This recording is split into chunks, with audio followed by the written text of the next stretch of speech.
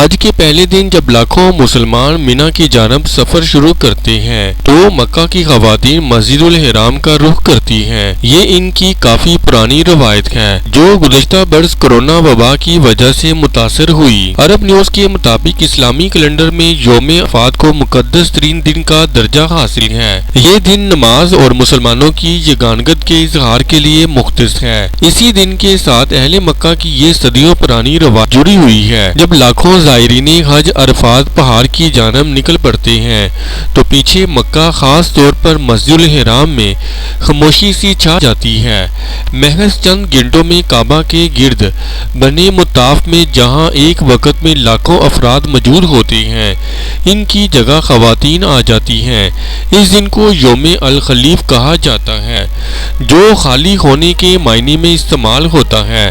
مکہ کی عورتیں اور بچے اس دن مسجد الحرام کی طرف جبکہ مرد زائرین کے ساتھ 5 میل دور واقع وادی مینا کی طرف بڑھتے ہیں۔ ہر سال مکہ کے شہری جنہیں معتکفین بھی کہا جاتا ہے عید الفطر کے بعد ہی سے حج کے موسم کے لیے تیاریاں شروع کر دیتے ہیں اور وہ ان زائرین کی آمد کے منتظر ہوتے ہیں جو جدہ کے راستے اپنے وکیلوں کے ذریعے مکہ آتے ہیں۔ خواتین مہمانوں کو خوش آمدید کہنے کے لیے اپنے گھروں کو تیار کرتی ہیں۔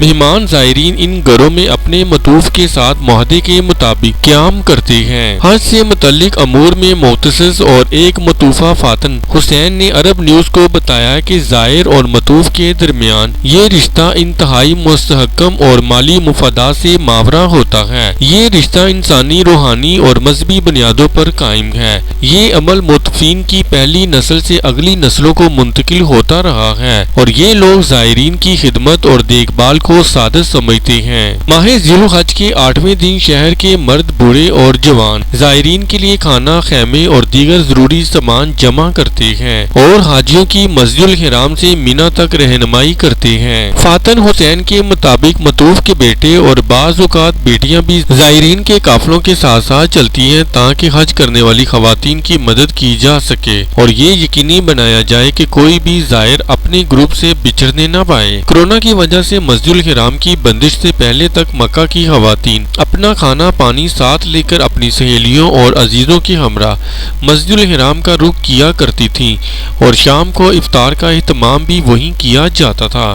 خیال رہے کہ اسلامی روایت میں ان مسلمانوں کو جو فریضہ حج ادا نہ کر رہے ہوں یوم عرفات کا روزہ رکھنے کی ترغیب دی گئی ہے۔ یوم عرفات کو عبادات سے فارغ ہونے کے بعد یہ سب لوگ عید کی تیاریاں شروع کر دیتے ہیں اور بازاروں میں بچوں کے لیے کھلونے اور مٹھائیاں خریدنے نکل پڑتے ہیں۔ دوسری جانب مکہ کی خواتین مسجد الحرام کو خالی پا کر اس موقع سے فائدہ اٹھاتے ہوئے عمرہ ادا کر لیتی ہیں۔ یہ اہل مکہ اور اطراف کے رہائشیوں کا عام طریقہ ہے۔ جدہ کی ایک گرافک ڈیزائنر ندا زہر نے عرب نیوز کو بتایا کہ وہ اپنے بچپن میں یوم عرفات کو اپنی دادی اور پھوپھیوں کو مسجد الحرام میں جاتے ہوئے دیکھتی تھی۔ ندا زہر کہتی ہیں کہ اس وقت سے ابھی ماضی قریب تک میں نے یوم عرفات پر مکہ کا رخ کرنے والی خواتین کی تعداد میں مسلسل اضافہ ہی ہوتے دیکھا ہے۔ ندا زہیر نے بتایا کہ سن 2011 میں مجھے زندگی بھر یاد رہنے والا ایک تجربہ ہوا ہے۔ جب میں کعبہ کے گرد چل رہی تو میں نے اچانک پیچھے کسی کو غلاف کعبہ قصوہ کو چھوتے ہوئے دیکھا۔ اس وقت میری توجہ اپنے چکر مکمل کرنے پر مرکوز تھی۔ پھر جب میں نے موقع پاتے ہی غلاف کعبہ کو چھوا تو جس روحانی احساس کا مجھے تجربہ ہوا وہ ناقابل بیان ہے۔ اس کے بعد کبھی مجھے غلاف کعبہ کو چھونے کا موقع نہیں مل سکا۔ ندا زہیر یوم الخلیف سے جڑی روایات کو یاد کرتے ہوئے کہتی ہے کہ مجھے امید ہے کہ ایک دن میں دوبارہ وہاں جا کر غلاف کعبہ کو چھو سکوں گی۔ میں اپنی بیٹی کو بھی ساتھ لے جاؤں گی جیسے میری دادی مجھے لے جایا کرتی تھی تاکہ وہ بھی ویسے ہی اس احساس سے ہمکنارہ ہو سکے۔ یوم عرفات کو مغرب کے بعد مکہ میں عید کی بھرپور تیاریاں شروع ہو جاتی ہیں۔ بچوں کے لیے کھلونے، مٹھائیاں اور نئے کپڑے تیار کر لیے جاتے ہیں اور 3 دن تک قریبی دوستوں اور رشتہ داروں کے ساتھ عید کی خوشیاں منائی جاتی ہیں۔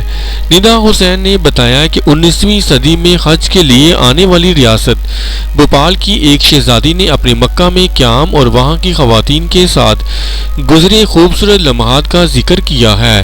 زائرین کو مطوف خاندان کی طرف سے جس قدر اچھا رویہ ملتا ہے وہ مطوف زائرین میں اتنا ہی مقبول ہو جاتا ہے۔ یہ ایک طرح سے ان مطوفین کی زائرین میں تشہیر کا باعث بھی بنتا ہے۔ اس ویڈیو سے متعلق اپنی رائے کا اظہار کامنٹس باکس میں ضرور کریں اور ہمارے چینل کو سبسکرائب کرنا اور ویڈیو کو لائک اور شیئر کرنا مت بھولیں۔